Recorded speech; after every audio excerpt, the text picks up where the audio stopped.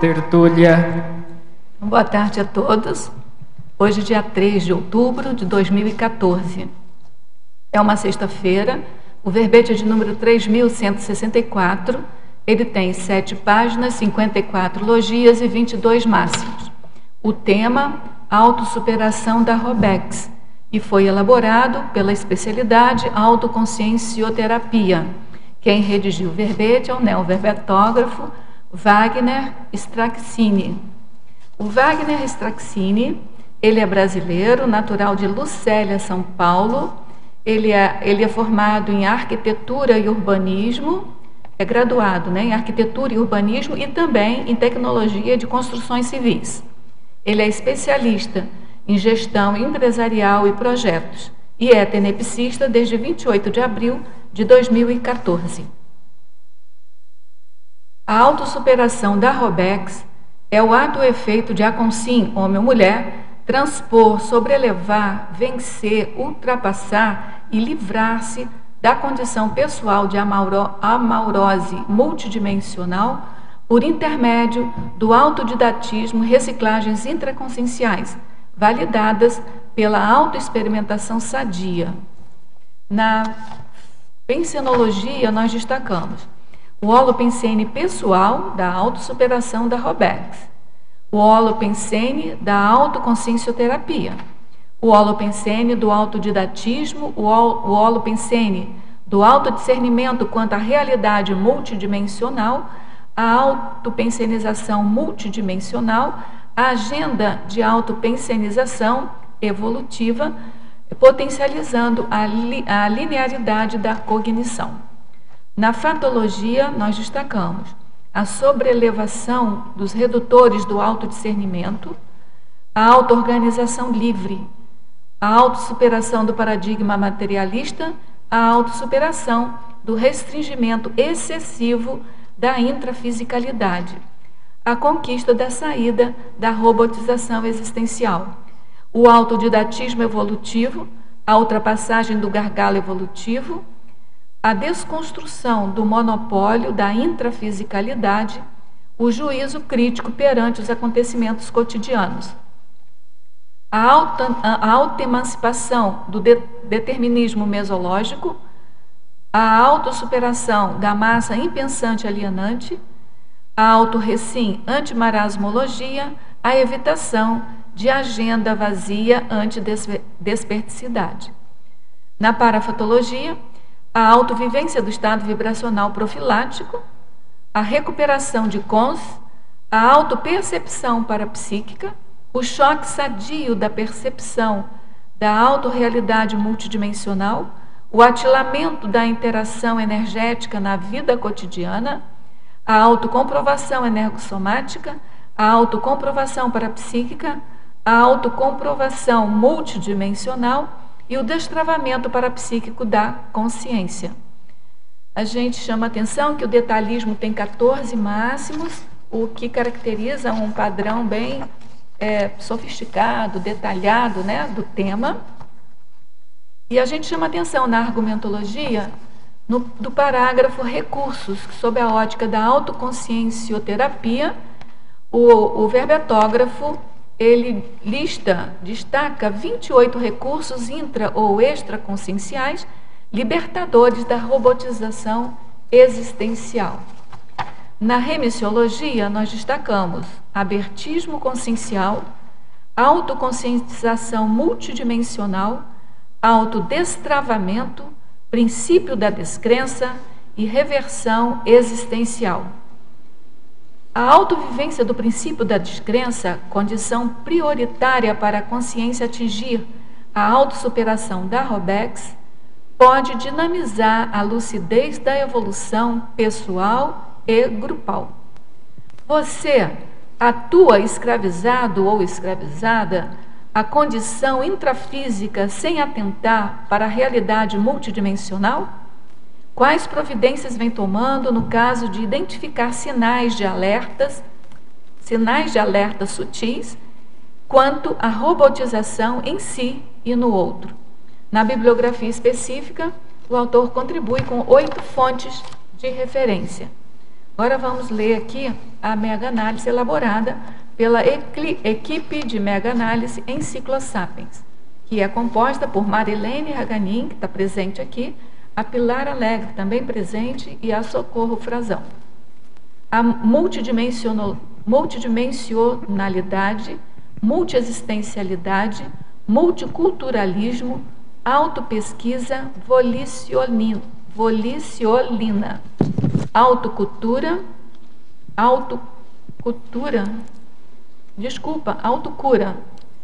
autoexperimentação, autocomprovação, autorreciclagem e desrobotização, autodidatismo, robexologia, mesmexologia, autoenganologia, autorressexologia, antimarasmologia, parapercepciologia, autoconsciencioterapia, autodiscernimentologia e autoconscienciometrologia. Antes da gente passar propriamente dito para a nossa tertúlia, eu queria aqui lembrar assim, os últimos dias da promoção da compra antecipada do Léxico de Ortopensatas, que é a mega obra do professor Valdo Vieira. Eu digo os últimos dias, por quê? Porque ele já foi para a gráfica e a qualquer momento vai ser marcado aí o lançamento deles. O que significa essa promoção? Significa que se você comprar o Léxico de Ortopensatas, que é composto de 2 volumes, se você comprar hoje, antes do lançamento dele, você ganha 20% de desconto. Além, é claro, de entrar já no ambiente, no Holopensene, aí de toda a proteção multidimensional que tem essa obra, né? Bom, os 2 volumes saem de R$ 340 e passa a ser R$ 272. Quem tiver interessado pode entrar em contato com a Editares pelo telefone 45 código de área 21021407 ou pelo e-mail, né, editares@editares.org. Também pode entrar em contato com a Epígrafe 45 código de área 35250867. E a Epígrafe também tem o Shopcons, cujo endereço é www.shopcons.com.br. E a Epígrafe alerta que o frete é pago pelo comprador. E aí a gente sempre dá aquela dica, ao invés de pagar o frete, pode vir aqui, né, prepare-se, organize-se para vir aqui, passar uma semana aqui no balneário energético, que seja o final de semana, e pega o próprio livro, né, e tem aqui um contato aqui com o autor do livro, certo? Bom, se de todo modo não puder vir aqui, não puder entrar em contato com a Editares ou com a Epígrafe, pode também se dirigir a qualquer centro educacional do IPC, que está espalhado aí pelo Brasil todo, e fazer a sua compra antecipada do Léxico de Ortopensatas. Agora, queria saber de você, Wagner, o que te levou a fazer esse verbete e se durante a elaboração do verbete, se alguma coisa mudou para você, se caíram fichas, o que te aconteceu na elaboração do verbete com esse tema? Bom, primeiramente o meu boa tarde a todos, né? Rosa e todos os presentes aqui, os que estão online e os que estão nas outras dimensões também, né? Em qualquer parte aí que a gente não sabe. Eu acho que vale a pena, até antes de falar especificamente do tema em si, eu fazer um pequeno contexto, né, da minha experiência com a pesquisa da consciência, né? Eu tive o primeiro contato com as ideias da conscienciologia há bastante tempo. Eu acho que foi no final do ano de 91, isso acho que são 23 anos. E não foi através de nenhuma pessoa específica, de nenhuma instituição, foi através de uma revista. Eu sempre gostei muito de ler, li muitos livros, né, revistas, jornais, sempre fui assim, voltado para a leitura o tempo todo. Todos os dias alguma coisa eu tenho que ler. E eu me lembro que num final de semana eu passei numa banca de jornal e vi lá uma revista. Essa revista chamava Ano Zero, revista Ano Zero, e ela tinha lá numa parte na capa uma chamada, né, com uma entrevista do professor Valdo. Eu vi aquele senhor ali com aquela barba branca, né, aquela cara de místico, de guru, falei, bom, vou comprar e vou dar uma lida nisso aqui, né? Quando eu comecei a ler a entrevista, foi aí já que eu comecei a sentir afinidade com as ideias, né? Falei, nossa, isso aqui é familiar, eu estou bastante familiarizado com essas ideias, apesar de não ter tido nenhum contato anterior nessa existência com nada da Conscienciologia. Mas a revista ficou lá, acumulada por um tempo, né? Um tempo depois, uns 6 meses, eu voltei a ler e resolvi ligar para o IPC, que tinha lá uma chamada no Instituto, que tinha palestras, né? Então, telefonei para o IPC e no final de 91 fui lá assistir uma palestra. É justamente naquela época do ano, perto do Ano Novo, que a gente começa a pensar no ano seguinte, né, no balanço existencial, nas resoluções para o Ano Novo. E lá eu assisti as palestras inicialmente, e acho que não é por acaso que está aqui uma das primeiras palestrantes, né, a professora Pilar Alegre, que hoje é o meu pilar aqui, né, sustentação. E a Pilar, o Amin e a Marta Ramiro, que estão aqui, são as 3 pessoas desse tempo, né? E eu, então, participei lá do IPC, fiz os cursos, fiz as dinâmicas, até 1998, de 92 a 98, quando eu fui transferido eu trabalhava numa multinacional, fui transferido para os Estados Unidos e perdi um pouco o contato. Quer dizer, não que tenha havido assim um desvio da minha programação, mas prioridades compulsórias relativas à profissão e familiares. Então, eu tinha lá os livros, o material, de vez em quando lia, mas perdi um pouco o contato. Só foi em 2009, quando já tinha regressado para o Brasil, que eu acessei a tertúlia. Então, eu comecei a gravar as tertúlias, né? E foi num momento particular que eu estava morando numa cidade de onde eu moro hoje, em Sorocaba, tendo que trabalhar em São Paulo.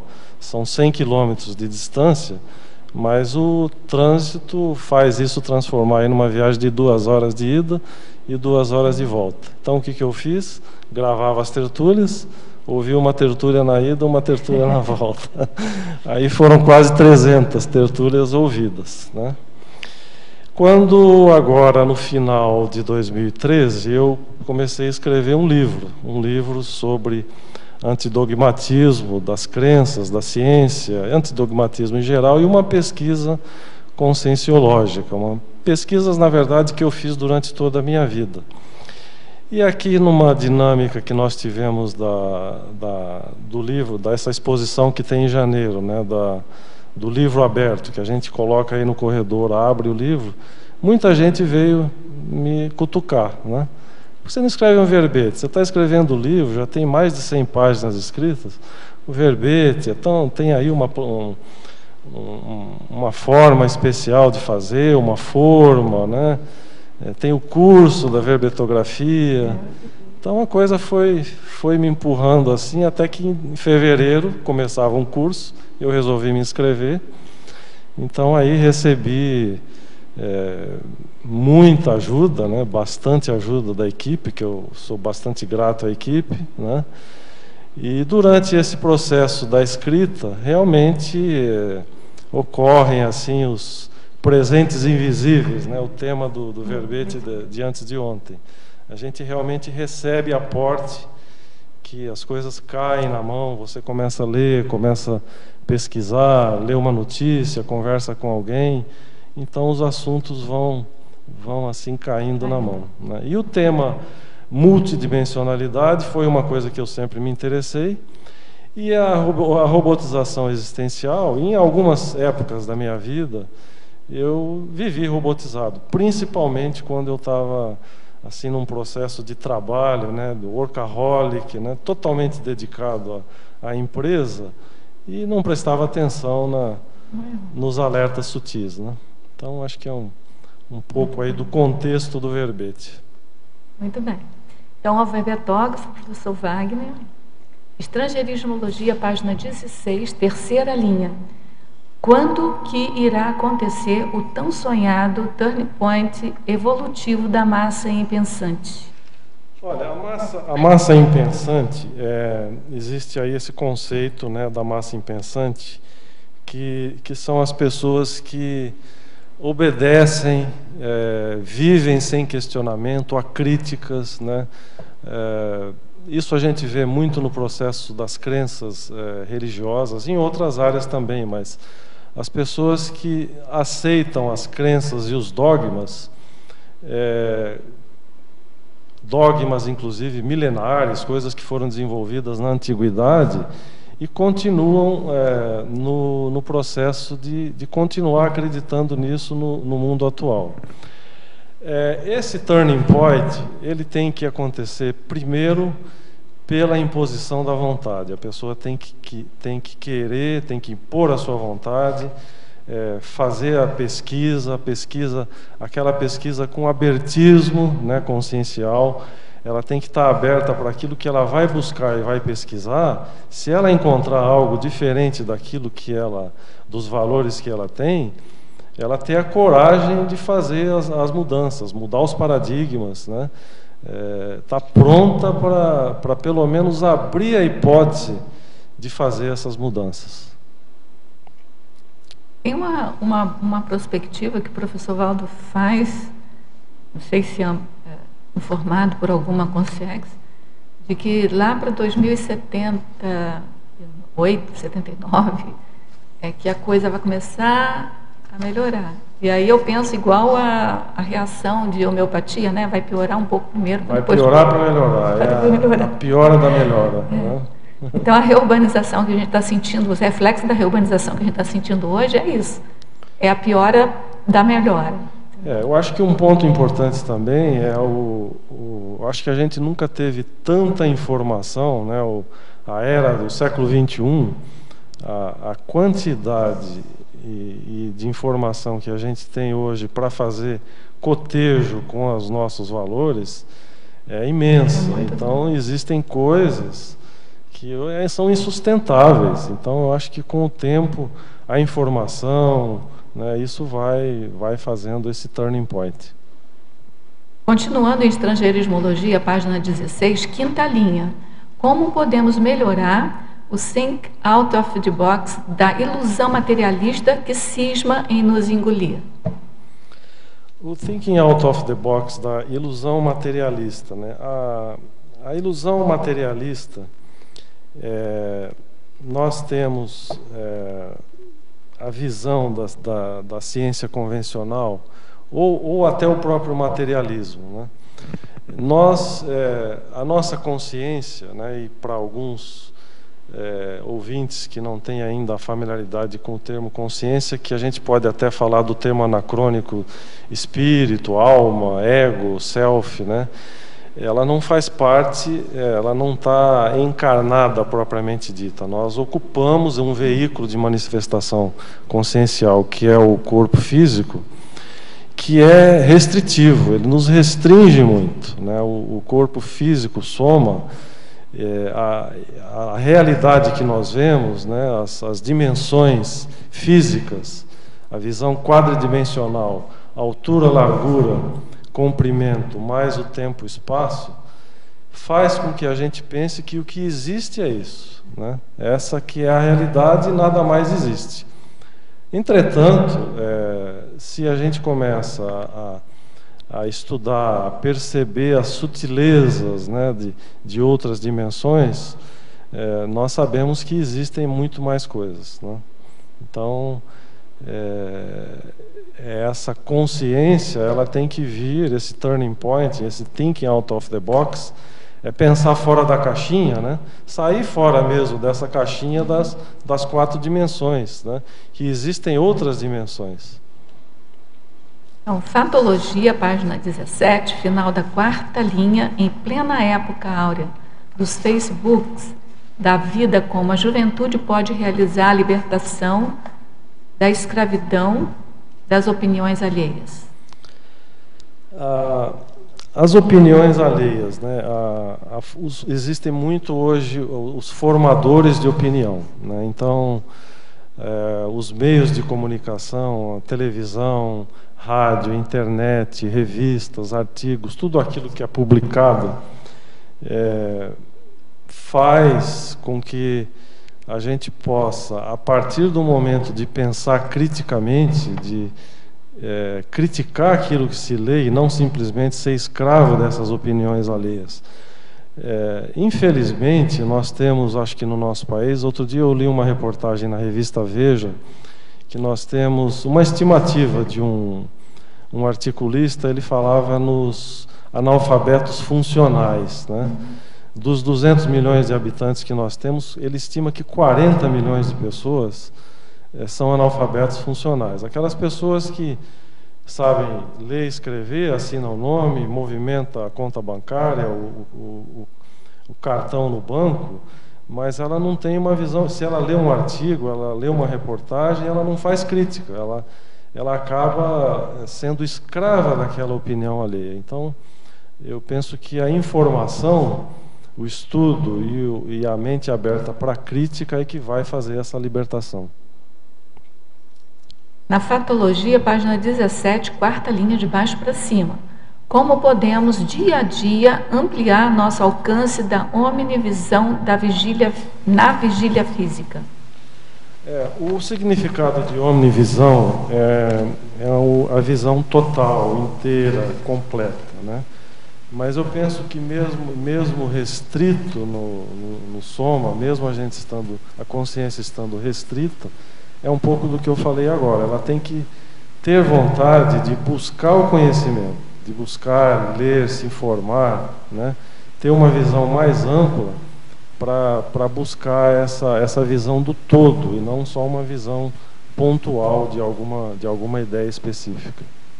Wagner, aqui, ó, por favor, na página 20, a sua listagem, achei ela muito interessante. E aí, se você pudesse especificamente falar, perdão, na página 21, número 19, ela começa na 20 e vai até a 21. Então, número 19, liberdade ideativa. Quando eu coloquei a liberdade ideativa, eu pensei no livre-arbítrio, né? O livre-arbítrio é a pessoa assumir as rédeas da própria evolução, ela colocar a sua vontade em sincronia com o cosmos. Nós sabemos que cada um de nós somos diferentes, nós temos experiências diferentes e não temos o mesmo nível de cosmoética, porque as nossas vivências anteriores fazem com que a nossa experiência seja distinta. Mas o liberdade ideativa é assumir o seu livre-arbítrio, né?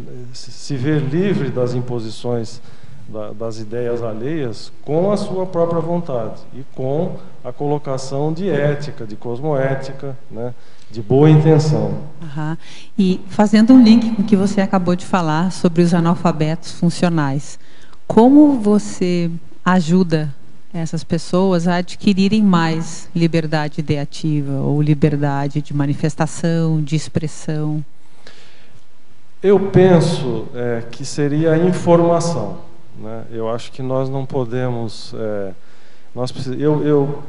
Eu estou escrevendo um livro sobre a liberdade consciencial e essa é uma dos meus objetivos da programação existencial, de colocar esse tipo de ideia, mas respeitando o nível evolutivo de cada um. Esse é um ponto assim chave. Nós não podemos omitir aquilo que a gente sabe, aquilo que a gente recebe de aporte, mas também não podemos ultrapassar o nível do outro. Então, eu acho que a primeira coisa é o que eu faço, fazer uma autopesquisa séria, com boa intenção, baseada em fatos, e mostrar a realidade.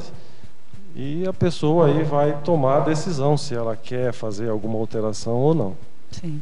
Até porque se nós vamos aos extremos, a gente derrama o que a gente sabe e não ajuda ninguém, né? Exato. Então, essa dosagem sem sair, né, do limiar correto aí da cosmoética, mas saber a forma ideal de falar e o público que você vai falar. Exato. A luz demais às vezes pode cegar, né? Tanto a gente colocar nos outros e até para a gente mesmo, né?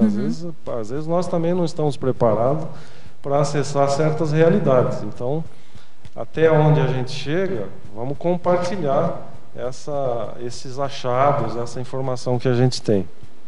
E eu queria aproveitar também nessa mesma página aqui e te perguntar o item 24. Eu acho que ajudar também na escolha da profissão, né? O que você acha? A profissão, e eu coloquei a profissão, né, que seria uma forma de desrobotização ou de evitação da robotização existencial, que é buscar uma profissão cosmoética de interesse evolutivo. Na pesquisa que eu fiz aqui sobre esse assunto, eu indico 2 verbetes da enciclopédia, né? O verbete 2080 se chama Escolha da Carreira Profissional. Então, ele coloca aí uma série, eu não sei quem é o autor, mas uma série de... Sandra Tornieri. Sandra Tornieri, autora do verbete 2080, Escolha da Carreira Profissional. Os interessados podem entrar aí na internet, colocar esse número e vão encontrar possivelmente a possibilidade de fazer o download do verbete, até também a apresentação dele em áudio e em vídeo no YouTube, né? Quando eu falo profissão cosmoética de interesse evolutivo, eu entendo que são as profissões mais assistenciais, porque é aquilo que dinamiza a evolução são as profissões assistenciais. Então, quais seriam essas profissões? Professor, educador, médico, psicólogo, escritor, né, com tarefa de esclarecimento, cuidador, enfermeiro, enfermeira, conscienciólogo, são todas as profissões com interesse evolutivo. Agora, tem também um outro verbete, que é o 0776, profissões evitáveis, né? Que, ao mesmo tempo que tem as profissões de interesse evolutivo, tem as evitáveis, aquelas que não vão propiciar a evolução consciencial de forma alguma. Por exemplo, lutador de boxe, essas lutas que nós vemos hoje aí, MMA, né? O que isso traz de evolução para uma pessoa ficar batendo na outra, né? Esse verbete é do professor Valdo. Né, do professor Valdo. Eu anotei aqui, mas eu não tinha o nome do autor. Caçador, né? Caçadas, a gente vê aí nos países ainda da Europa, nos Estados Unidos, uma cultura de caça, pessoas caçando, tatuador, né? Armeiro, piloto de corrida, atividades de risco, né? Sniper, né? Aquele atirador de elite, né? Isso não vai propiciar a evolução. Então, se a pessoa está preocupada com evolução, ela deve pensar bem na escolha da profissão. Você acabou de falar do sniper, eu fiquei pensando, imagina se uma pessoa dessas recicla, o nível de detalhismo que ele não ia ter, né? Exato, né? Pois é. Agora, provavelmente isso vai acontecer, vai ter essa chance. Tomara, e ela né? vai evoluir, né? Nem que seja no outro planeta. E tomara que não escolha de novo essa profissão, né? Wagner, e aí a última, que seria o número 28, ainda na página 21, se você pudesse falar um pouco também, a volicionina. Eu acho que a volicionina está relacionada com a vontade, né? Eu acho que a maior arma que nós temos, né, o maior poder que a nossa consciência tem é a vontade. A imposição da nossa vontade tem que estar prevalecendo sempre, senão vai acontecer o contrário, vai prevalecer a opinião alheia e a gente vai ficar robotizado. Bem, vamos aqui ao verbetógrafo, pensinologia, página 17, penúltima linha. Como fazer a agenda de autopensionização evolutiva potencializando a linearidade da cognição? Bom, a questão da autopensionização, o conceito de pensionização, né, pensamento, sentimento e energia. Tudo que tudo que nós não conseguimos dissociar esse trinômio, ou esse acrônimo que é usado aqui na Conscienciologia, o PEN-SEN, né? PEN de pensamento, SEN de sentimento e E de energia. Qualquer manifestação que nós fazemos, nós emitimos alguma parcela de pensamento, de sentimento, de emoção, né? E alguma energia vai junto. Então, a agenda de pensionização evolutiva tem que ser de coisas voltadas para o bem, para o crescimento, para o conhecimento, para o esclarecimento, né? Fazer uma agenda, como a gente faz na nossa agenda do dia a dia, das tarefas que nós temos que cumprir. Se nós temos algum tipo de interesse, algum assunto que a gente goste mais, vale a pena anotar esse interesse, né? E em alguma oportunidade reservar um espaço do dia, ou para pesquisar ou para ler, que você vai estar fazendo a pensionização evolutiva. Poderia comentar a autossuperação da Robex nas projeções e relacionar com as projeções semiconscientes condicionadas à intrafisicalidade? Se nós olharmos para a definição, a autossuperação da Robex é a pessoa que vive no estado de amaurose, né? A amaurose é cegueira, tem a cegueira consciencial, a cegueira moral, bioenergética, motivacional. Mas no caso aqui é a cegueira, a falta de visão, a falta de percepção para a multidimensionalidade. A projeção consciente ou semiconsciente proporciona essa desrobotização, porque a pessoa ela acessa uma outra dimensão, imediatamente ela vai poder perceber e provar para si mesmo que existem dimensões além das 4 que ela está acostumada. Em Recursos, página 20, item 11, cientificidade. Quais dicas práticas para obter autocomprovações científicas de experiências subjetivas? Quando nós falamos em cientificidade, nós, pela influência da ciência oficial, vamos dizer, a ciência natural, a ciência convencional, ela é baseada na parte ainda, nós até estávamos comentando isso do início aqui, o paradigma da ciência convencional, ele é ainda aquele paradigma baseado, proposto por Galileu, lá pelos anos 1600, né? Já são aí alguns séculos em que o paradigma prevalece. O paradigma convencional, o cientista, o pesquisador, ele não é participante, né? Então, como nós podemos dizer que a gente pode fazer uma pesquisa que seja científica? A experiência da consciência, ou a experiência parapsíquica, é uma experiência que, para a pessoa que não vivencia, é uma experiência subjetiva, né? Mas para quem vivencia, por exemplo, nós falamos agora há pouco da projeção. Quem vivencia a projeção, a expansão da consciência, é uma experiência científica. Como ela vai fazer isso? Anotando os registros, né?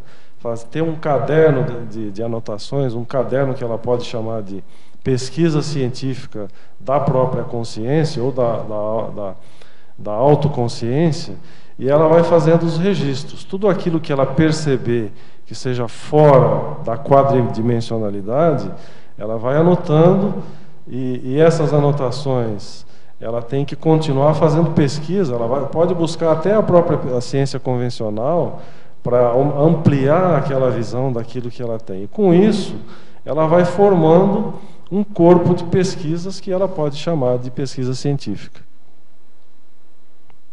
Ao verbetógrafo, Sindromologia, página 19, primeira linha. Poderia explicar a transposição da síndrome da Robex, dando ênfase ao que é essa síndrome? Quando nós falamos em síndrome, está na página 19? Na página 19. 19, né? Então, Síndrome de uma forma geral, ela é uma condição nosológica, né? Uma condição negativa, né? A transposição da síndrome da Robex, quer dizer, quando que eu vou ultrapassar essa condição negativa de robotização? Eu coloquei na minha própria experiência pessoal a autopesquisa, o autodidatismo e a autoexperimentação. São formas assim chaves para se alcançar. Em mitologia, página também 19, penúltima linha, poderia ampliar o conceito de desmitologia pessoal? Eu posso até aproveitar e falar um pouco mais sobre mitos, né? Mitologia, nós temos a ideia de mitos desde a antiguidade, né? Quando não existia ciência, começaram os povos antigos, né? Principalmente lá na Grécia, né? Nos tempos antigos, buscava-se fazer as explicações dos mistérios da existência através de mitos, né? Até um pouco antes, quando houve a fixação do homem, né, da humanidade, através da descoberta da agricultura, né, ela começou a se fixar, né, ela deixou de ser nômade. Então, antigamente ela era nômade, então passava o dia inteiro buscando alimento, coletando alimento, não tinha tempo para pensar em nenhuma outra coisa, era a busca pela sobrevivência. Quando ela se fixou, ela começou a ter algum tempo, né? Começou a ter um tempo, começou a contemplar o universo, contemplar as estrelas, a lua, o sol, e as pessoas começaram a criar histórias para explicar essas dúvidas, esses mistérios. Muitas dessas histórias foram sendo transferidas de uma geração para outra, antes até da escrita. De que forma? De forma oral, né? Então, cada um que recebia uma história colocava um pouco mais, né? Quem conta um conto aumenta um ponto. E isso foi se passando de uma geração para outra, até que isso começou a ser escrito. Começou a ser escrito e foram para os livros sagrados, né? Os livros aí das religiões, das várias crenças, acabaram se transformando em verdades absolutas, mas isso não prova absolutamente nada. O fato disso estar escrito no livro sagrado, não importa se foi inventado há 10 mil, 8 mil anos, é uma história inventada. Agora, ela tinha um propósito naquela época, que era de tentar explicar um mistério. Hoje nós temos a ciência, hoje nós temos informação abundante. Então, a desmitologia é você procurar, através do conhecimento e da informação, se livrar dessas histórias milenares que fizeram sentido, mas hoje não faz mais. Continuando ali, então, a desmitologia pessoal, aparece assim, o poder do mito da vida única.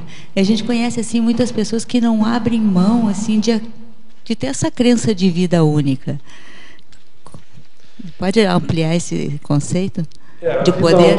A vida única é uma parte, a gente sabe que existe dentro da visão ocidental, né, que nós fomos, a civilização ocidental teve uma influência muito forte do cristianismo, né?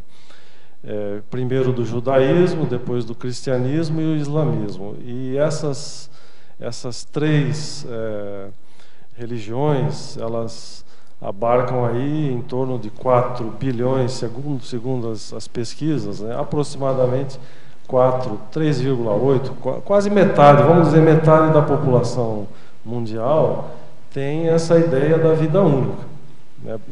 Principalmente por influência dessas religiões. As visões orientais já tem uma perspectiva maior, tem uma perspectiva de multi-existência, de várias existências. A pergunta é como que você pode... É esse poder que a pessoa não abre mão assim de ter essa crença, porque eu penso assim, eu também vivi sobre o poder do mito da vida única nessa existência por uma parte da minha vida, mas o que eu fiz para me livrar desse poder desse mito? Abrir hipóteses que existem outras possibilidades, outras ideias que a gente pode, através do estudo e da pesquisa e da experiência, fazer uma mudança de paradigma. Eu cito aqui um estudo que eu estou fazendo esse estudo para escrever no livro.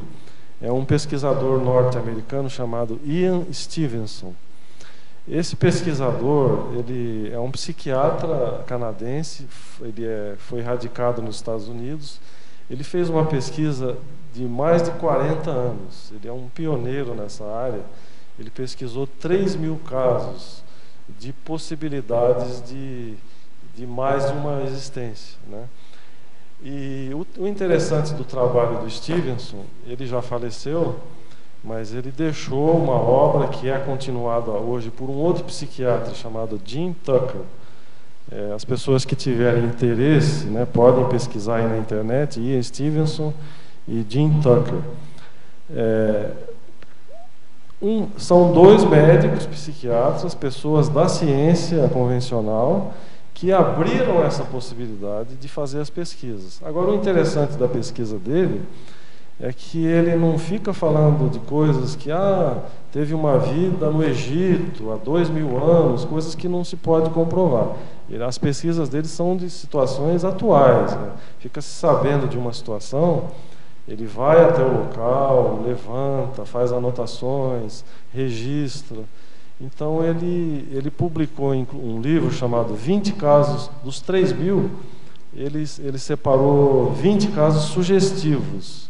Ele até coloca isso, porque como ele é um pesquisador cientista da ciência convencional, e a ciência convencional não admite a pesquisa participativa, ele deixa essa hipótese para as pessoas também pensarem no trabalho dele. Ele coloca os dados, ele coloca a informação, né? Então, e os casos são... eu já li alguns casos, são coisas impressionantes que a gente vê ali. Então, a pessoa que tem esse mito da vida única, se ela está disposta a abrir pelo menos a possibilidade de ter um outro paradigma, um outro parâmetro, uma outra ideia, vale a pena ler esse material e refletir sobre ele. Você pode repetir o nome do pesquisador? Ian Stevenson. Okay. 3.000 casos o termo de reencarnação, que é o termo mais antigo. Ele pesquisou 40 anos. Inclusive, ele tem... Se você pesquisa a biografia dele, ele é conhecido como caçador de vidas passadas, né? E ele recebeu muita ajuda de pessoas, ajuda financeira nos Estados Unidos. O trabalho dele foi feito nos Estados Unidos, numa universidade, eu acho que é a Universidade de Virgínia, e ele recebeu muitas doações para poder viajar o mundo. Ele viajou o mundo, vários, inclusive o Brasil. Nos casos dele, tem 2 casos do Brasil que ele coloca. Então, é uma possibilidade. Em nenhum momento ele fala que prova a existência, mas as informações que ele coloca ali abre a cabeça, são sugestivas. Vale a pena ler o material. Tem, inclusive, download gratuito na internet. Uhum. Wagner, eu queria te perguntar, na página 19, em antagonismologia, você trouxe aqui o antagonismo, determinismo mesológico, na segunda linha, determinismo mesológico e livre-arbítrio.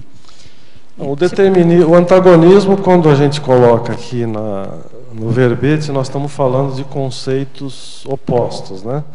Então, o determinismo mesológico, ele se refere as condições do meio ambiente que a pessoa vive, né? O meio ambiente cultural, social, familiar, religioso, toda essa influência que ele recebe.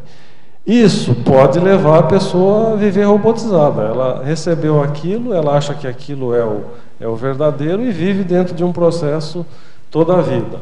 A oposição é o livre-arbítrio, né? O que é o livre-arbítrio?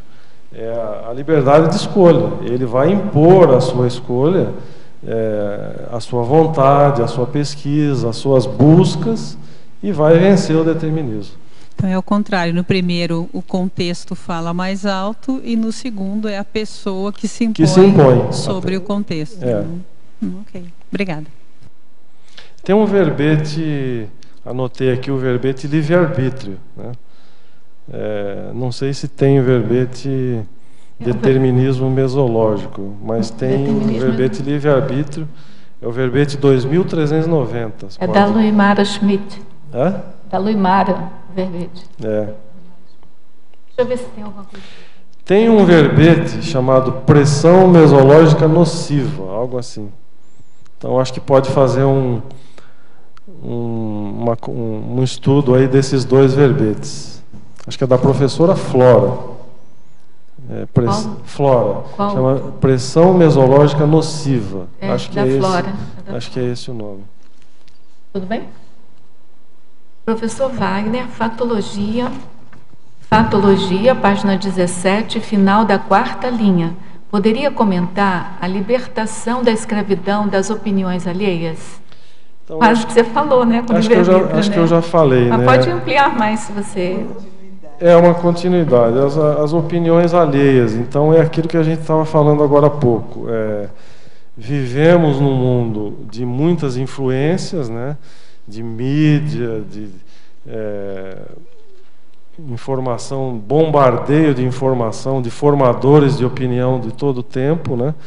E que muitas vezes a pessoa que não faz crítica, não impõe o seu autodiscernimento, ela acaba às vezes pegando a opinião de uma pessoa e seguindo e adotando como se fosse dela, sem fazer crítica.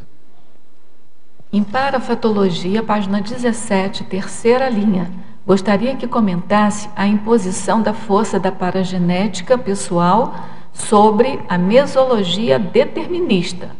Ainda é um pouco sobre o assunto, mas aí tem o aspecto da força da paragenética pessoal. Certo. Então, quando na sessão aqui da parafatologia, nós estamos nos referindo ao extrafísico, né? Então, a paragenética, nós entendemos que é aquela genética do nosso psicossoma. Se nós temos 4 veículos de manifestação, né? Soma, o holochakra, o energossoma, o psicossoma e o mentalsoma.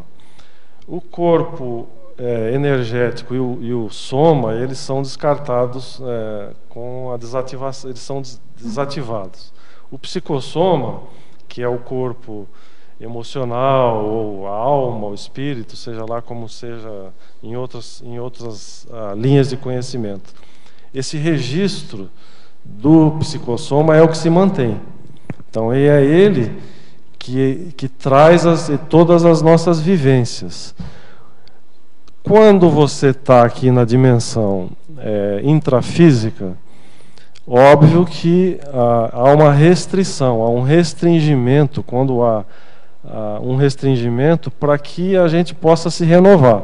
Tudo aquilo que a gente fez de certo ou errado, principalmente as coisas negativas, elas, de uma certa forma, são apagadas da nossa memória para que uma nova experiência possa ser realizada. Então,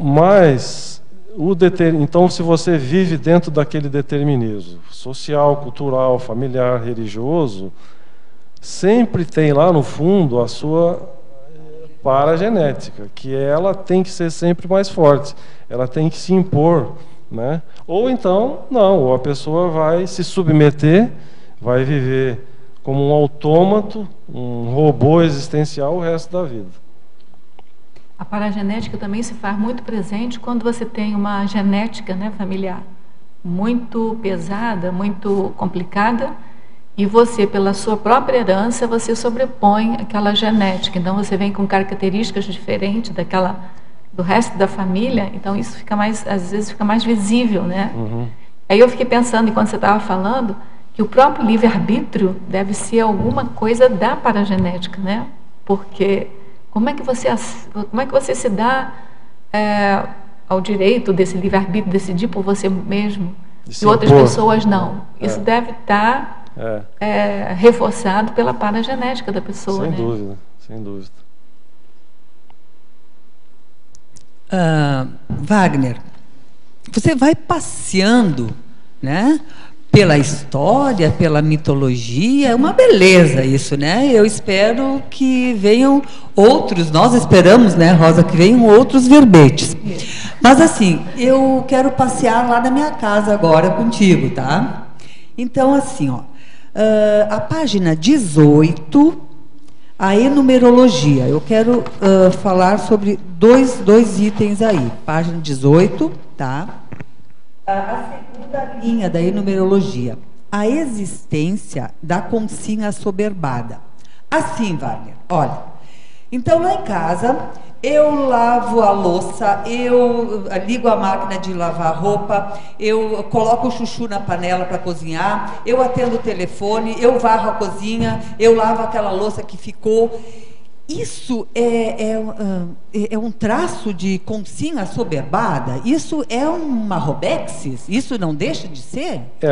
Aqui na enumerologia, né, essa listagem da enumerologia, você vai perceber que eu coloquei enumerações negativas primeiro, nosológicas, né? A existência sem bússola, a existência sem prioridades, a existência escravizada à profissão, hedonista e a existência da consciência assoberbada. É exatamente isso, a consciência assoberbada é a consciência sobrecarregada, né, de atividades voltadas para o intrafísico, e ela tem tanta tarefa, tanta coisa voltada para a vida material, que ela acaba realmente vivendo robotizada. Não percebe Exato. Agora, eu vou dar meu pitaco aqui. Eu acho que a robotização é o modo de ser da pessoa. Porque, por exemplo, a pessoa pode estar fazendo tudo isso e fazendo autopesquisa. Aí ela já não está robotizada. Entendeu? Robotização, para mim, é repetir coisas, porque tem mimeses que são necessárias. Sim. Né? Todo dia você tem que comer, todo dia você tem que dormir. Então, lavar a panela é necessário. Sim. Fazer tudo isso que você falou é necessário. Só que você pode fazer de uma maneira robotizada, que é isso que ele está falando, sem você dar atenção ao extrafísico, à multidimensionalidade. Fica como uma tarefeira. Assim. Uma tarefeira. Como robô. Você funciona, se puser um robô no teu lugar, vai funcionar igual. Exato. Entendeu? E aí você pode estar ali naquela confusão toda, de repente, sei lá, quebra um prato. Você, em vez de pegar e jogar fora, você vai, deve ter... O que aconteceu aqui? É um pequeno acidente de percurso. Eu já fiz isso. Então, mas eu já pensei assim, o que tu estava pensando? Isso. Né? Pensando? Aí, nesse momento, você parou de ser robô, porque o robô não pensa. O robô já está programado, né? Exato. Quer dizer, esse a gente tem que voltar sempre à definição, os limites da ideia que a gente quer trazer com a robotização existencial. A pessoa, existe a necessidade de atendimento das coisas físicas, né? Okay. Do corpo físico, da renovação somática, as atividades voltadas para a vida material. Isso é necessário. As rotinas, não estou dizendo que tem que deixar isso de lado, não. É a desatenção aos outros aspectos, as coisas sutis, né? As mensagens sutis, os presentes invisíveis do verbete da professora Kátia, né? Por outro lado, tem aquelas mimeses que são completamente dispensáveis. E aí não adianta você querer justificar, né, com uma autocorrupçãozinha, achando, não, eu vou, sei lá, como já teve pessoas que já fizeram essa pergunta, eu não sei quando, mas que achava que indo à boate seria muito importante para poder elas trazerem consciências para a TENEPS dela. Isso é uma autocorrupção daquelas grandes. Ninguém precisa de ir na boate para trazer, para iscar consciência para a TENEPS, entendeu? Então, essas coisas a gente também não está falando aqui. Então, existe aquela robotização de você estar fazendo a coisa que é completamente dispensável mesmo. O que a gente está falando, que ele está falando também é indispensável fazer? Então, vamos fazer sem ser máquina, sem ser robô, entendeu? Pensando, raciocinando. Ainda na enumerologia, gostaria que você falasse um pouco sobre a reciclagem do temperamento, que o temperamento ele é complicado, né, de trabalhar com ele. Então, assim, que dica você pode dar para a gente reciclar o temperamento? Olha, a partir do momento que a gente começa a ter o acesso a experiências ou a sutilezas da consciência, da multidimensionalidade, você começa a adquirir novas sinapses, né? O estudo, a pesquisa, tudo isso cria novas ligações nos neurônios que permite, por exemplo, às vezes uma pessoa muito afobada, muito nervosa, pavio curto, né? É possível sim de se reciclar. Existem terapias para isso, existem tratamentos, né, na área de psicologia, tem muita coisa que pode ser sim feita para isso. Tudo bem? Você quer perguntar, Renata?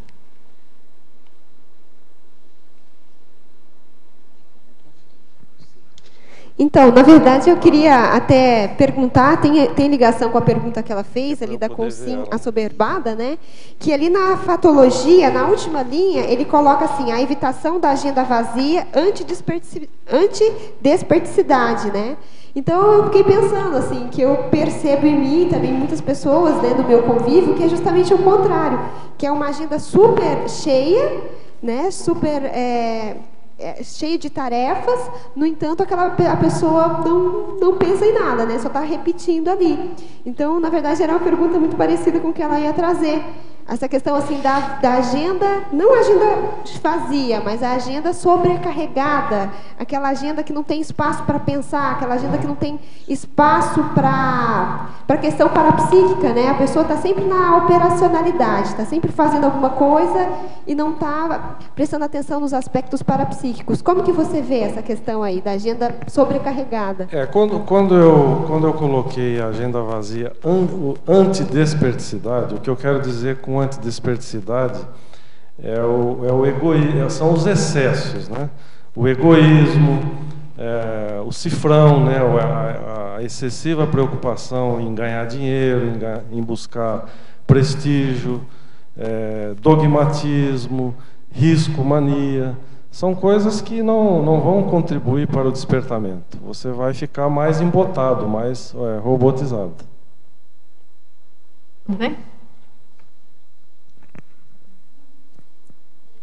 Ampliasse. Alô, deu. Na fatologia, de baixo para cima, a sexta linha, quase no início da linha, a rejeição à antropologia. É antropolatria. A antropolatria, desculpa. A antropolatria é o culto do ser humano, né? Desde a antiguidade a gente vê essas situações de divinização, né? Dos santos, dos gurus. O que nós vemos hoje? Os superstars, né? Os ídolos de música, os ídolos do futebol, né? Esse culto dessas personalidades. Eu não quero dizer que nós não devemos... Existe até aquela questão da admiração, o binômio, né? O binômio admiração-discordância. Nós temos que admirar o exemplo de pessoas que têm destaque, né? Mas nós precisamos cuidar para não torná-los santos, gurus ou divinos ou fã-clubes, o excesso, né? O que eu quero dizer é assim, o excesso. Você pode admirar, olhar, ver a vida da pessoa, algum aspecto que até você pode estar alinhado, mas a excessiva A adoração é que é o problema, a exaltação exagerada das personalidades. A santificação. A santificação, exato. É isso que é a antropolatria. Né? Tem até uma frase, eu não sei se é um mega pensene do professor Valdo: toda divinização enceguece. Né?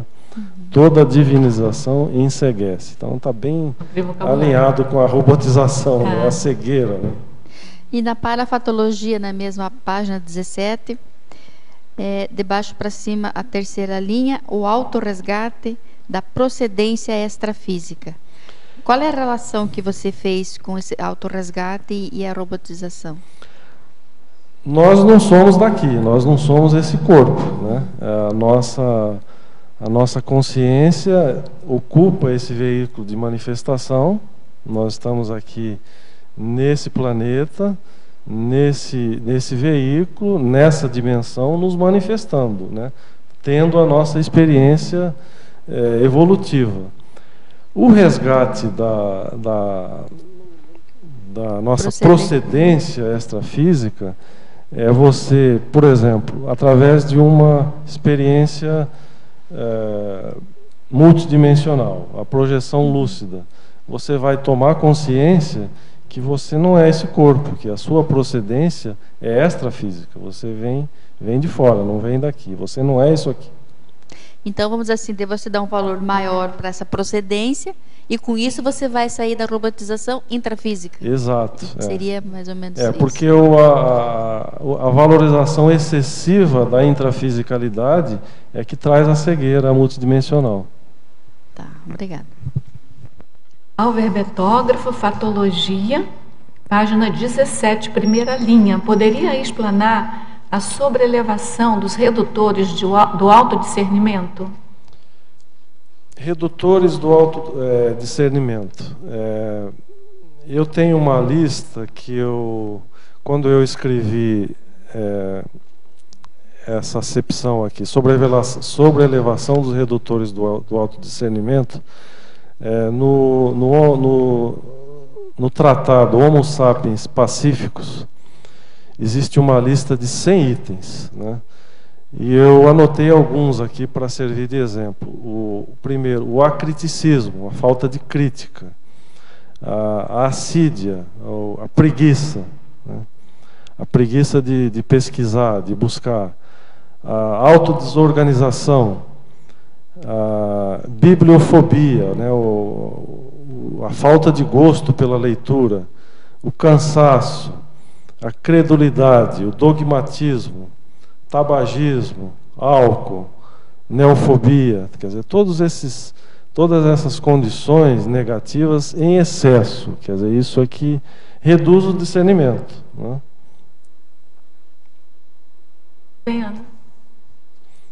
Lembrando que o autodiscernimento é o maior atributo, né, da nossa consciência. Então, esses excessos do intrafísico acabam impedindo que a gente tenha mais discernimento. Em fatologia, página 17, terceira linha, poderia discorrer sobre a conquista da saída da robotização existencial? Houve um fator desencadeante? Conquista da saída da robotização é o princípio da descrença. Eu até tenho isso na frase enfática, né? É o princípio da descrença. Não acredite em nada, tenha suas próprias experiências, né? Então, se você está robotizado dentro de um sistema, de um modelo, de dogma, de crença, seja materialista, religioso, científico, seja qual for, a aplicação do princípio da descrença, de duvidar, né? Tem até um provérbio popular que eu até coloquei também em proverbiologia, né? Quem não duvida de nada, nada sabe. É a dúvida, tem que duvidar, pesquisar, e aí a pessoa vai conseguir sair. Em enumerologia, página 18, terceira linha. Que sugestão daria a consim muito assistencial, mas robotizada, pelos cargos de liderança de extrema responsabilidade, para sair da existência ignorando a multidimensionalidade. Essas perguntas agora vieram de Madrid para você. Você podia repetir a pergunta? Eu também não entendi bem aqui. Na página 18, terceira linha, enumerologia. É um dos itens da enumerologia. Que sugestão daria a Consim, muito assistencial, mas robotizada pelos cargos de liderança, de extrema responsabilidade, para sair, quer dizer, para que ela saia, né, da existência ignorando a multidimensionalidade. Acho que é para sair da ignorância da multidimensionalidade. Esse é uma enumeração negativa que eu coloquei, né? Ignorando a própria robotização. Nós evoluímos, um dos princípios da evolução é a evolução através da assistência, né? Ninguém evolui sozinho. O ermitão, o náufrago, ele sobrevive de alguma forma, né? Mas a evolução, se ele não tiver a interassistência, a assistência entre pessoas, ele não vai evoluir. Como a pessoa é assistencial, tem cargos de liderança, então ela tem que buscar atributos conscienciais. O atributo da liderança, o atributo da cosmoética, o atributo da comunicação, aplicar os atributos conscienciais e esse princípio da descrença, que eu acho também que é uma coisa fundamental, não ficar só dentro daquele modelo físico assistencial achando que está ajudando, mas às vezes está fazendo só consolação, não está esclarecendo. Então, a busca da informação. Você poderia ampliar ali na fatologia, no final da quinta linha, a coragem de questionar e superar as aberrações antifisiológicas? Aberrações antifisiológicas. Eu coloquei essa questão da aberração antifisiológica, que é o desrespeito aos princípios da fisiologia, né? Existe até também, como a gente faz o verbete para enciclopédia, a gente procura primeiro pesquisar na enciclopédia o que existe sobre isso. Então, a minha pesquisa mostrou aqui o verbete 396, aberração antifisiológica. O desrespeito aos princípios da fisiologia também leva à robotização. Veja os exemplos: celibato, né? Circuncisão, mutilação genital feminina, que ainda ocorre na África, né? Os colares conjuntos, acho que aqueles na Tailândia, né, a gente vê aquelas pessoas que colocam aqueles colares para... A mulher girafa, né? A mulher girafa, né? Então vai se criando robôs. Então essa é uma aberração antifisiológica. No mundo atual, tatuagem, piercing, né? As pessoas fazem sem a menor autopesquisa de por que estão fazendo, essas né? lutas corpo a corpo também é uma aberração. Uma pessoa ficar dando soco uma na outra, né? Que é um negócio completamente... Se você pensar, eu fico pensando assim, eu vejo as pessoas, eu tenho até na minha família pessoas que têm tatuagem e tal, mas assim, antigamente se usava marcar as pessoas a ferro quando eram marginais, para discriminar na sociedade, né? Eu acho que essas pessoas nasceram com algum trauma e estão querendo agora elas mesmas marcar o próprio corpo, né? Eu fico assim, sem entender muito bem como é que é esse processo, né, da tatuagem. Eu estou falando que tá demais, né? As pessoas estão... Isso é uma aberração, um desrespeito ao próprio corpo, né? O soma é um veículo de manifestação que deve ser cuidado e não mutilado, né? Tatuado, ele não quer saber de receber crítica, né?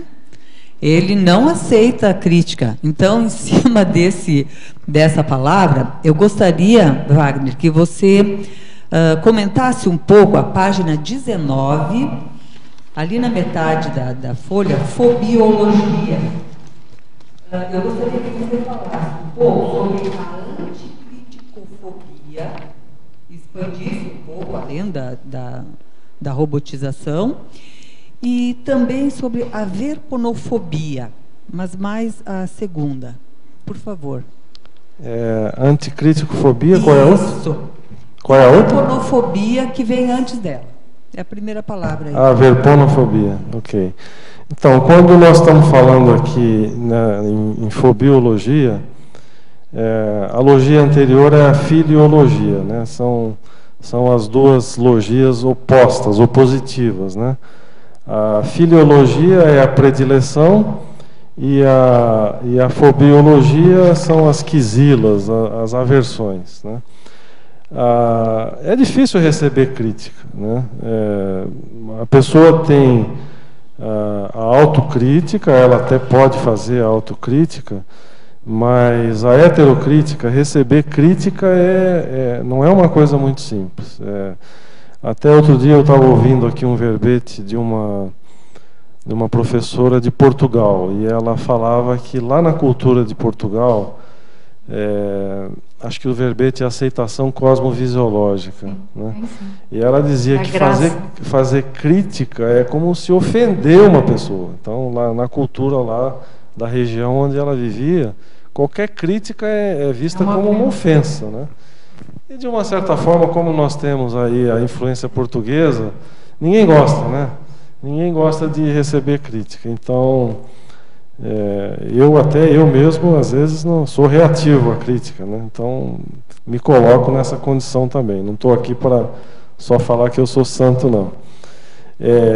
Então, a aversão à crítica, às vezes as pessoas estão vendo atitudes ou posturas suas que estão completamente fora, né, no caso aqui da robotização, seria uma forma dela ter uma mente aberta, né, de pelo menos considerar, né, uma nova possibilidade. E a verponofobia são as verdades relativas de ponta, que a gente fala aqui na conscienciologia. Verdades que às vezes doem, né, e a pessoa precisa ter essa abertura. Tem que ter o abertismo consciencial, senão vai continuar robotizado. Professor Wagner, Megapensenologia, página 16, penúltima linha. Poderia expandir sobre a megapensene trivocabular, autoexperimentologia, deshipnotização pessoal?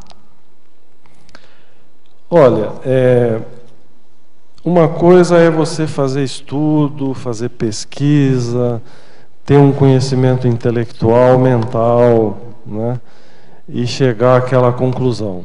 Mas se você não experimentar, né, justamente esse é o princípio da descrença. Não acredita em nada, tem as suas próprias experiências. Então, a experiência ela é autoconvincente. Isso aqui é o ponto-chave. A experimentação sadia, a busca pela experimentação. Existem muitas técnicas de experimentação de várias áreas, né, que proporcionam a mudança de pensamento, de paradigma, de modo de pensar e ajuda na desrobotização. Bem, você tem aqui no sinergismo, na sinergismologia, página 17, o primeiro sinergismo. Autodidatismo, vontade de melhorar, contribuindo na autocura da amaurose multidimensional. Aí a minha pergunta para você esse autodidatismo, como é que ele pode melhorar essa vontade de melhorar? Ou seja, porque eu conheço muita gente da robotização que gosta de ler, que estuda sozinho, mas esse autodidatismo aqui, para sair da robotização, não é só o gostar de ler, tem que estar junto à vontade de melhorar, tá certo? Você podia explanar mais isso? O que você pensou quando você fez isso? Sinergia, né, é intercooperação, né? Sinergia a gente fala em cooperação mútua, intercooperação. No meu caso, vou falar do meu exemplo, eu sempre gostei de ler, de estudar, mas eu reconheço que em determinados momentos eu lia só pelo gosto de ler, né, pelo gosto da intelectualidade. Eu não estava muito preocupado com as sutilezas, com a vontade de melhorar. Era pelo gosto do conhecimento, né? Então, se não vem essa vontade, né, essa poder da vontade associado ao autodidatismo, a pessoa continua robotizada. Porque o conhecimento gera poder para a pessoa, né? A pessoa que detém o poder, que detém o conhecimento, tem mais poder sobre o outro. E às vezes acaba embotando, né? O conhecimento acaba a pessoa se sentindo poderosa demais e não pensa na melhoria, né? Não pensa naquilo na evolução, no processo de evolução, pensa simplesmente na intelectualidade. Tem um outro binômio aqui que eu achei interessante: fugas evolutivas, balanço existencial. Por que você falou em fugas evolutivas junto com... É o segundo binômio na página 18. Página 18. Binomiologia, o binômio fugas evolutivas, balanço existencial. O que você pensou quando você linkou aí fugas evolutivas com balanço existencial? Bom, o balanço existencial é aquela coisa mesmo até da contabilidade, né? A gente pode associar o balanço contábil, ativo, passivo, fazer aquela lista das coisas conquistadas, das coisas boas, das coisas positivas, as coisas negativas. E quando você faz essa lista, às vezes você não está preocupado em fazer a mudança. Você fez a lista, mas está lá, bom, eu fiz coisas ruins, mas também fiz coisas boas. Então, de uma certa forma, isso é uma fuga, né? Eu coloquei o conceito de fuga até como uma autocorrupção, né? Você também fala da antonimologia, consim eletronótica, né, conscienciológica. Aí como é que você vê isso? Porque elas são diferentes, elas são antagonismo porque são diferentes. Mas ao mesmo tempo, a gente guarda um pouco de cada coisa. Como é que você vê essa vivência aí desse antagonismo? Então, esse antagonismo, óbvio, eu tenho que estar o tempo todo falando que ele se refere à robotização ou à autossuperação da robotização. A consciência eletronótica é a consciência voltada para o elétron, né, pela matéria, dominada pela vida material, intrafísica exclusiva, materialista. A conscienciológica, ela tem um outro paradigma, né? O paradigma aí é quase que o conflito de paradigma da ciência comum, da ciência natural, que as 4 dimensões, só existe isso é o que existe, é a matéria, nada mais, e o paradigma conscienciológico, que admite outras dimensões, outras possibilidades, né? Tudo bem. Ana, você quer fazer na página 17, fatologia, a terceira linha de baixo para cima.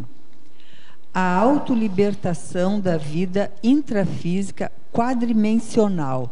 Por favor, explica um pouquinho, assim, ou faz a gente relembrar dessa vida intrafísica quadridimensional. É quase o que eu falei agora há pouco. A vida intrafísica quadridimensional é a vida que é a defendida pela ciência comum, que é o materialismo puro. O que é quadridimensional? Largura, altura, comprimento, são as 3. Mais o outro componente que é o tempo e o espaço, não? Então, para a ciência convencional, esse é o mundo que existe. Não existe nada mais. Existem 4 dimensões. Mas, se você avaliar bem, pelo menos mais 2 dimensões, não tem como escapar dessas outras dimensões. O estado de vigília física, esse estado que nós estamos aqui agora, né? É um estado, é uma outra dimensão, a vigília, o ser consciente. Nós estamos aqui consciente. Isso não tem nada a ver com largura, altura, comprimento e tempo. É uma dimensão. Qual é a outra dimensão óbvia? Quando nós estamos dormindo. O sono, o onirismo, o pesadelo, o sonho, né? Então, mas ainda nem cheguei lá, né, no extrafísico. Vamos supor que o cientista não admita nada do extrafísico. Pelo menos essas duas teriam que ser admitidas. São óbvias, mas mesmo os ganhadores aí de prêmio Nobel, os gênios da humanidade, eles, não vou dizer que ignoram isso, que eles sabem que isso existe, mas eles meio que deixam isso de lado, né? Muito obrigada. Megapensenologia. Por que você colocou assim, a interassistencialidade evita a Robex? Ninguém evolui sozinho, né? Agora há pouco eu falei do náufrago, do ermitão. Nós precisamos do próximo, né? Nós precisamos do outro para evoluir. A intercooperação, a interassistência é que nos faz evoluir. Por isso que ela evita. Por isso que ela pode ajudar a evitar a Robex, né? Só mais uma perguntinha. Entra no caso o parapsiquismo? Está entrando aí, você pensou também no parapsiquismo? Eu acho que a partir do momento que se começa a ter a interassistência, começa a perceber os alertas sutis, as sutilezas, né, que não são percebidas, elas começam a ser percebidas e levam ao parapsiquismo, sim. Tá. Professor Wagner, página 17, Fatologia, quarta linha de baixo para cima. O alcance da omnivisão na vigília física poderia fazer a expansão do assunto com o tema do verbete? Eu acho que eu já falei isso de alguma forma, mas o que é omnivisão? É a visão mais inteira, a visão mais completa, a visão do todo, né? Então, o alcance da omnivisão da vigília física, mesmo restrito, mesmo a consciência estando aqui presa nesse corpo físico, ela tem bagagem, ou tem informação suficiente para poder ter essa expansão. Ela não precisa ficar presa na vida intrafísica. Ela pode buscar, através de estudo, de autopesquisa, de autoexperimentação, um alcance de maior, né? Um pensamento fora da caixinha da vida física. Posso... a respeito dessa condição de conhecer a Robex, saber o que é, se há uma gradação nessa superação, nessa saída da Robex. Aproveitando a exemplologia, na página 20, que é a mini autossuperação da Robex ou a maxi superação da Robex. Eu acho que existe sim, Pilar. A pessoa pode viver totalmente robotizada e a partir do momento que ela tem uma pequena experiência, qualquer que seja uma experiência que extrapole as 4 dimensões, essa experiência pode ser convincente para ela, vamos dizer, ser assim um ponto de partida, um turning point, um momento de ultrapassagem de gargalo, por menor que seja, ela já começa a perceber que pode existir, ou que existe, dependendo da experiência que ela teve, alguma coisa além do físico.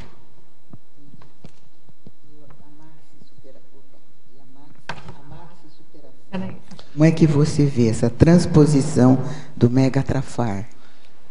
No meu exemplo pessoal, eu estou considerando que a partir do momento que eu comecei a perceber essas sutilezas, né, a dar mais importância para essas mensagens sutis ou os presentes invisíveis, eu alcancei essa mini superação, né, que é o verbete. O verbete já pode ser, né, uma maxi. Uma maxi acho que ainda não, mas eu acho que já estou no caminho, né? A escrita do livro, né? Sim. O verbete, o primeiro livro ainda não é a obra-prima, né? Ainda não é a obra-prima, quer dizer, que talvez quando eu fizer um outro livro de obra-prima, assim, talvez seja uma maxi, né? Uma mega, então aí é uma mega superação. Uma mega superação. Por enquanto eu ainda Sim. Tenho aí mini superações e a gente, em alguns momentos, a gente vive ainda alguma forma de robotização. Você não consegue escapar isso plenamente, 100%. Né? Essa questão me veio com a pergunta dela do assoberbamento, porque às vezes as pessoas, quando começam a descobrir esses conceitos, elas ficam tão afobadas que querem de um dia para o outro já se projetar lucidamente, já ter toda a vida organizada para vir para Foz.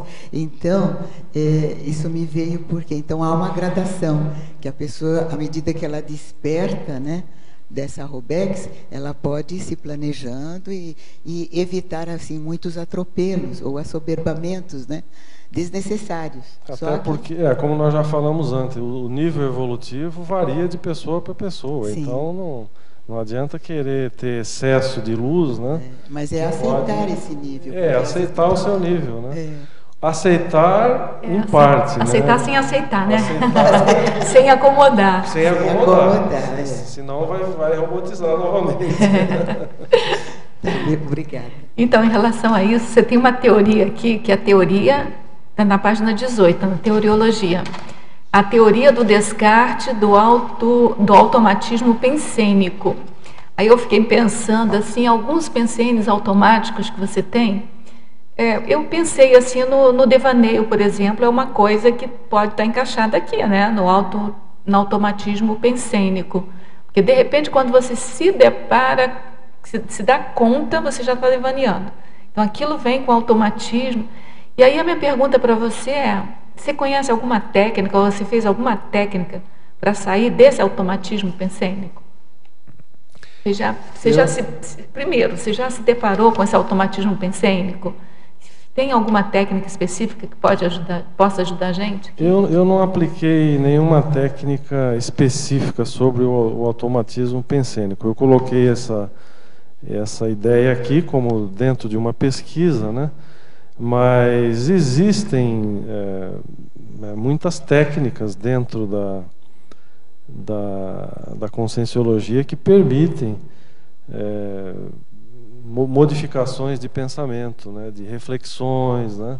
A técnica de autorreflexão. Existe a técnica da... Eu não fiz essa técnica, eu já li sobre ela, tem um verbete, né, o verbete 1076, que é a reflexão de 5 horas, que a pessoa pode fazer, não precisa estar aqui em Foz, em nenhum laboratório, pode fazer em casa, né? A pessoa vai num ambiente, dentro da própria casa, né, se desliga, vamos dizer, a recomendação é que é feita por 5 horas. Né? Provavelmente, se foi feito já, outros experimentadores fizeram isso e chegaram a essa conclusão, que 5 horas seria um tempo interessante para fazer. A pessoa vai para o ambiente, se desliga de tudo, desliga rádio, TV, internet, celular, né?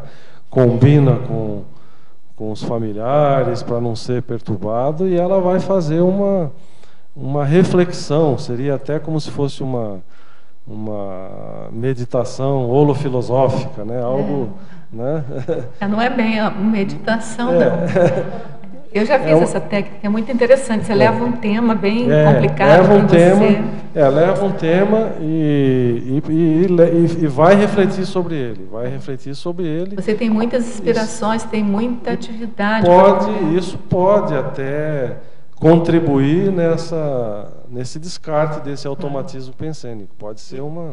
E é interessante que, apesar de ser autorreflexão de 5 horas, é importantíssimo que você fique atento a toda a questão energética que você está passando, porque antes de, pelo menos eu vou dizer o que aconteceu, eu penso que pode acontecer com outras pessoas também.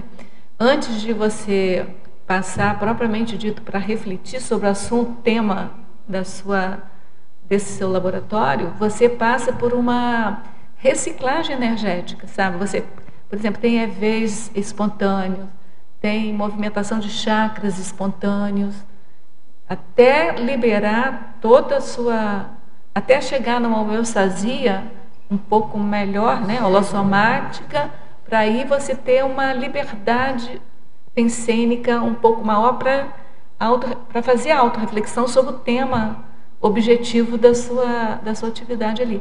É bem importante, eu acho que vale a pena. Você quer comentar alguma coisa? Eu quero complementar, porque eu também fiz a técnica e eu acho que encaixa bem nesse contexto aqui. Porque você, sobre determinado assunto, no meu caso, assim, era sobre o parapsiquismo, né? Meu autoparapsiquismo. Você tem, vamos dizer assim, um padrão pensênico sobre aquele assunto. E quando você vai refletir sobre aquele padrão pensênico que você tem sobre aquela temática, você vai descobrir, através daquela reflexão, que tem muito mais. Entendeu? Nesse sentido, que para mim foi muito interessante. Então, vamos dizer assim, eu comecei a descobrir que existia muito mais coisas que eu não pensava sobre o assunto. Porque eu tinha aquela, vamos dizer assim, aquela visão meia, sabe, a linha reta ali, certo? Exatamente. Então, eu achei bem interessante por causa disso. Porque vem assim novas informações, você sai com outro padrão pensênico sobre aquela temática ali que você acha que você sabia. Agora, eu tenho uma pergunta, Wagner, que assim, ó, é o primeiro ciclo seu da página 18. É o ciclo ápice da saturação, início da renovação. Eu gosto muito desse ciclo, mas assim, eu fiquei me perguntando, eu queria saber a sua opinião. Uma pessoa que é robotizada gosta de fazer sempre a mesma coisa. Como é que ela se satura? Como é que ela chega no ápice da saturação? Eu acho que são os excessos da vida intrafísica, né? O ócio, né? A pessoa não faz nada, né? Nunca, isso também satura. Satura. Né? O excesso de trabalho. Parece paradoxal, né? Se a pessoa não gosta de fazer nada, quanto mais não fizer nada, melhor. Mas aí não chega no momento em que satura. Mas todo excesso satura, né? Excesso de comida, excesso de bebida, excesso de sono, excesso de passeio, excesso de shopping, tudo excesso satura. Então chega uma hora que a pessoa quer coisa nova, tem que se renovar. Então isso deve ser algum determinismo assim, íncito, de que a natureza ela é evolutiva, né? Ela não fica parada, né? Ela percebe que, olha, eu estou perdendo tempo, a vida está passando, né? Eu estou aqui nesse ócio, na mesmice, então vem a sutileza aí, o presente invisível, né, do amparador, para dar uma cutucada e fazer a pessoa se mexer, buscar alguma coisa diferente.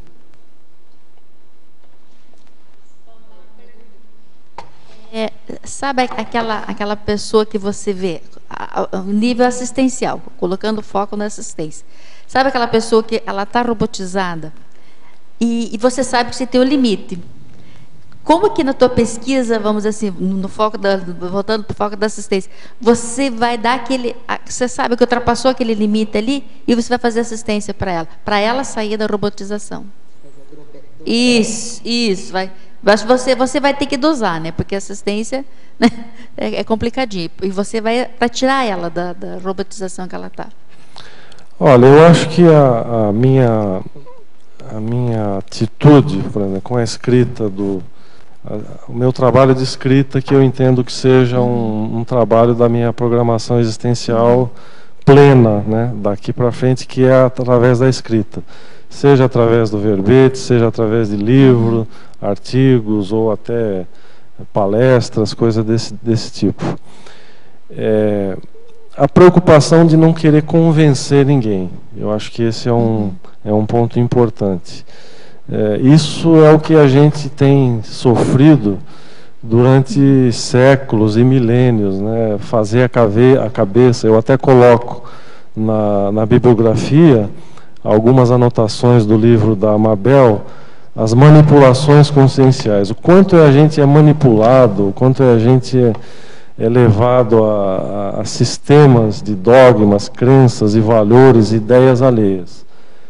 Então, acho que o que eu tenho procurado fazer, através da minha pesquisa, é a informação correta, a melhor informação disponível no século XXI, o que existe de melhor, o que existe de mais top, que a pessoa possa ler, refletir e tomar a sua decisão. Não, mas nunca querer convencer ninguém. Então seria o anticonvencimento. Quer dizer, isso a gente já fez muitas vidas, né? Então, provavelmente. Agora é só a informação. Né? Agora é informação qualificada. Ok. Então, voltando ali na página 19, você poderia falar sobre 2 paradoxos que me pareceram que estão relacionados. Estou com o dedo aqui no paradoxo para perguntar. Vamos ver só se são os mesmos paradoxos. Então, na terceira linha tem o paradoxo de um monopólio da intrafisicalidade não impedir a autoexperimentação multidimensional.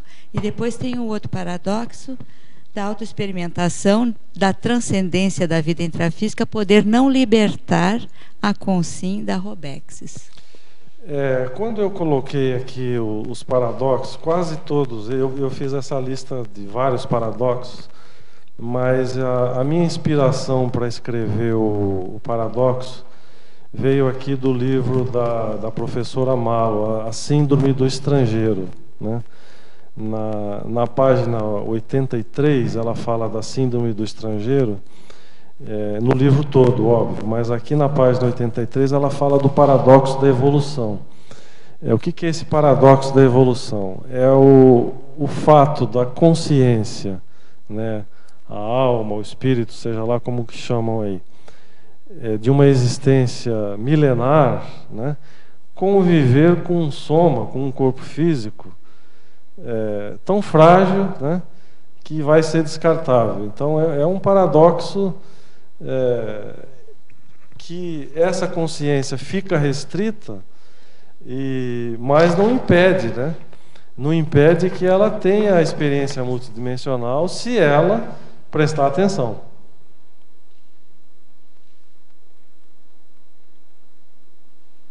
Você falou que você era de Sorocaba, não? Sorocaba. Então, tem uma pessoa da Alemanha. Da Alemanha? Perguntando para você o seguinte. Ela pergunta para mim, mas eu vou passar a pergunta para você. Pode responder você. Não, porque eu não sei. Gostaria de perguntar se há um grupo em Sorocaba que faça palestras ou de informações sobre a conscienciologia. Você conhece algum grupo em Sorocaba? Não, em Sorocaba não existe nada da conscienciologia. O que existe mais perto de Sorocaba é em Jundiaí. Existe a CIPEC, né, que é uma instituição oficial, aí, uma instituição consciência. Não, já é uma IC. É uma IC, né? Uma associação, uma associação de pesquisa lá de Jundiaí. Eu já tive a oportunidade de participar lá com a minha esposa, fizemos uma parte do curso de cidadania multidimensional. Então Jundiaí é bem pertinho de Sorocaba, é possível a gente se deslocar e fazer até lá. Agora, é uma ideia de, quem sabe, num tempo aí, a gente poder levar alguma coisa para Sorocaba. O professor Mário Oliveira já até conversou comigo, se dispondo a levar o 40 manobras. Eu já conversei lá com a Liliana, da CIPEC, de levar algumas palestras. Quem sabe seja aí um projeto para a gente alcançar um grupo lá dessa região, né? Então, falando de Jundiaí, você recebeu 2 perguntas de Jundiaí aqui. Da CIPEC. Quer perguntar? Não, eu estava aqui na hora que a Marilene perguntou para você sobre paradoxos, já estava de olho nos paradoxos para te perguntar. Mas ela não perguntou o que eu ia perguntar. O que eu ia perguntar os 2 primeiros. O paradoxo da fartura de informações libertadoras do século XXI, concomitante à existência de consciência em estado de Robex. O que você acha que leva as pessoas a permanecerem na Robex, ainda com essa quantidade de informações que se tem ainda? É por isso que é um paradoxo, né? É um paradoxo. Mas por que você acha? Você vislumbra alguma razão plausível para isso? Não? Eu penso que o fato de a gente viver milênios, né, séculos, dominado por dogmas, por crenças, por manipulações, por repressões, né? isso às vezes faz a pessoa perder o interesse ela vem para essa vida aqui, né, principalmente agora, ao mesmo tempo que tem tanta informação, tem muito atrativo, né, tem muita atração, que a pessoa fica deslumbrada com as atrações, com as oportunidades de lazer, de cultura, de passeios, de programas por toda parte, e acaba se desligando da consciência propriamente dita, né? Enquanto você estava falando, eu tive uma ideia aqui que eu acho que pode ser isso também. É que essa quantidade, essa fartura de informações, elas por si só, elas são dogmáticas também, né? Mesmo que leve à reflexão, mas leva à reflexão a partir de um paradigma dogmático. Então, eu acho que não faz a pessoa sair, né? Pode ser que seja isso, né? Ela alimenta, ao contrário, alimenta a robotização. Uma outra coisa também é você ver o outro paralelo que a gente pode fazer com a política, né? Que seria uma coisa tão importante para a gente fazer modificações importantes, né, no país, mas tanta sujeira, tanta corrupção, tanta situação absurda que a gente vê. E nós vemos que as novas gerações, a juventude, perde o interesse, estão perdendo o interesse pela política. Então fica aí sempre os mesmos, né? A mesma turma continua dominando. De uma certa forma é um paralelo que eu faço aí. Ontem eu vi o debate dos presidenciáveis, assim, um acusa o outro acusa um fala uma coisa, o outro diz que é o contrário, você fica assim, com quem... Cadê a sua proposta? Cadê a sua proposta e cadê a verdade? Cadê a verdade, né? Cadê a sua proposta? Um está mais preocupado em desconstruir o outro do que construir, né? Mas mesmo assim deu para eu tirar umas conclusões para eu ficar mais tranquila na minha eleição aqui. O paradoxo da fixação intrafísica de vida em vida humana com autoevolução consciencial marcante. Queria que você... explicasse para mim o seu entendimento desse paradoxo. É o segundo paradoxo. Segundo paradoxo da com autoevolução consciencial marcante. Então, segundo o paradigma conscienciológico, né, da multiexistência, nós aos poucos, as várias experiências que se adquirem em outras existências vão vincando no psicossoma, mas quando chega aqui nessa vida, a gente precisa da renovação. Nós não podemos... o modelo que foi proposto aí pelas inteligências superiores a nós, né, colocam esse restringimento, né, para que a gente possa gradualmente ir recomeçando e fazendo a nossa ficha evolutiva pessoal sendo revisada a cada nova existência. Não, de novo, eu acho que ele é inspirador, porque assim, eu tive uma ideia. O negócio de você voltar sempre para a vida humana, isso é uma Robex, né? Você volta. E você só vai se livrar dessa última Robex quando você virar CL, que aí você não precisa de voltar de novo. Não, quando atingir o nível máximo da evolução. Mas não é uma robotização, você tem que ficar voltando.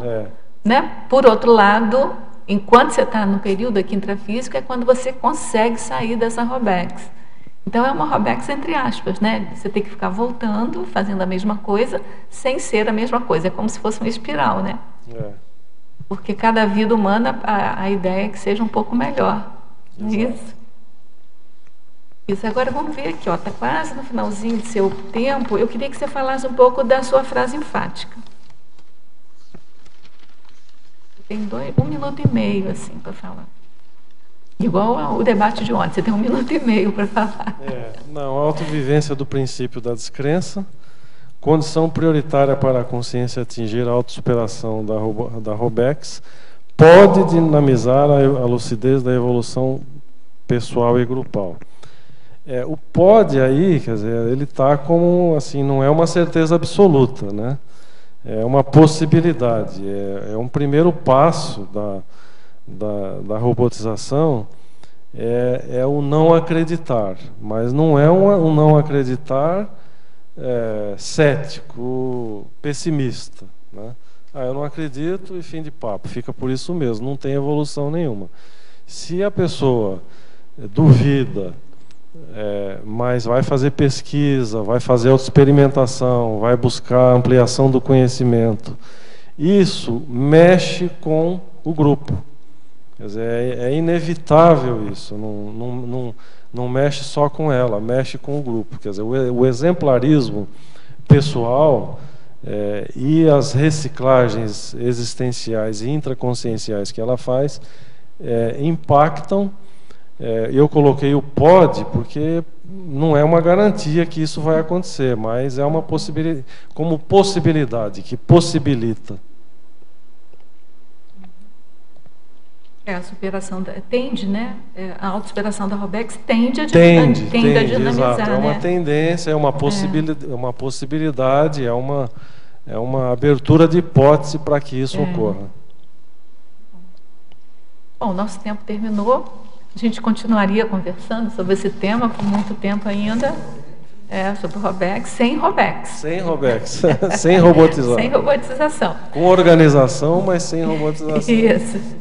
E a gente, então, espera os outros verbetes seus. A gente está vendo o seu livro aí, você já falou que tem vontade de fazer algum verbete próximo aí, com o título do livro, vamos ver se ele sai, né? Vamos ver se a gente aguarda você aí, parabéns pelo verbete, pela defesa do verbete. Você foi um aluno exemplar do programa Vertografia, que você não faltava, eu me lembro, né? Então tá bom, a gente agradece então a presença de vocês, de todos aí que tiveram, teve mais algumas pessoas aí que já tiveram que sair. A gente agradece a participação de todos os teletertulianos com as perguntas. São vocês, né, presentes, os tertulianos, teletertulianos e principalmente aí o verbetógrafo que movimentam, que dão possibilidade da gente fazer o debate, né? A gente aguarda vocês todos os dias. Nós temos o debate da tertúlia de 12h30 a 2h30. Então a gente convida vocês a participarem, né? E a gente então passa agora para os nossos comerciais. Obrigado. As pontuações da tertúlia de hoje são 10 assinaturas no livro de presença, 27 perguntas presenciais e 17 perguntas respondidas online. Hoje nós temos um recado. A Ana, com a primeira semana da holotecologia.